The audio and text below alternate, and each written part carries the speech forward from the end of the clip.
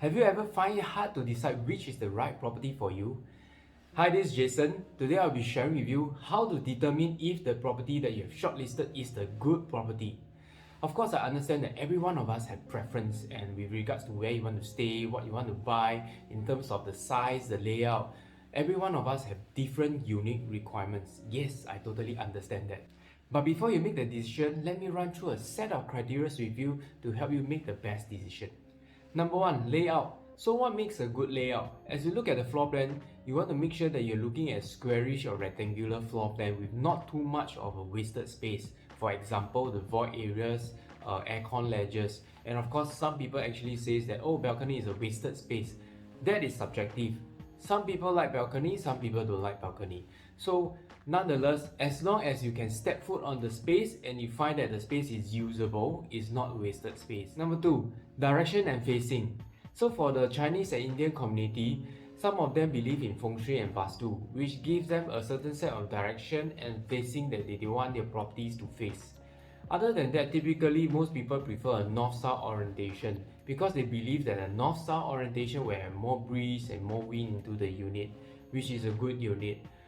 Besides being north-south facing, there is also a lesser chance that the property has west sun. And take note, a lot of people do not like west sun inside the house. It is extremely difficult to sell if your property has west sun in Singapore. Number three, views and privacy. Of course, I understand that in Singapore, a lot of buildings are compactly packed together, and basically when you look out the window, it's either you're looking at the unit or maybe another parts of the building. So if your unit has a total unblocked view and full privacy, I would say that it's a great advantage and definitely command a premium. Number four, unit numbers.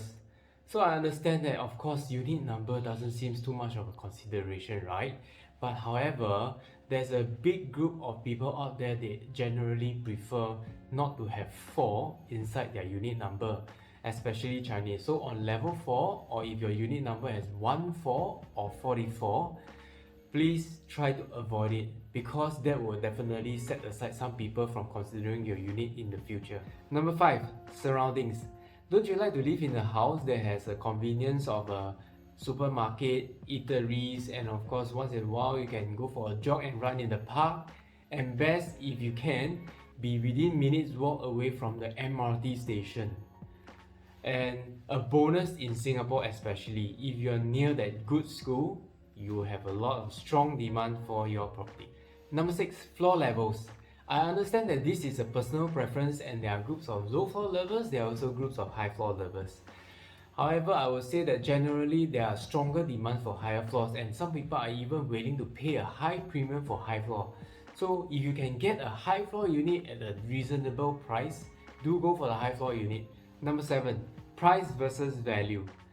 A lot of clients, whether it's the seller or buyer, have actually asked me, oh, is this the right price for me to sell or buy? Do you think this is reasonable? Are they asking too much or are they actually selling at a reasonable price? So in terms of this, it is really down to the specific property itself and of course the surrounding, whether the valuation, the property value actually meets that valuation. Value is also the feeling when you first walk into a house, the first impression, the visual appeal of the house, especially when the house is nicely renovated and comes with very tasteful furnitures. So this will increase the perceived value of a house and some people are willing to pay a premium when it comes to these kind of properties. In conclusion, there are many factors in play, especially when you are at the point of making that decision. If you like what I shared today on the 7 criteria of choosing a good property, or if you have some questions, leave them in the comments below or get in contact with me. I'll see you soon.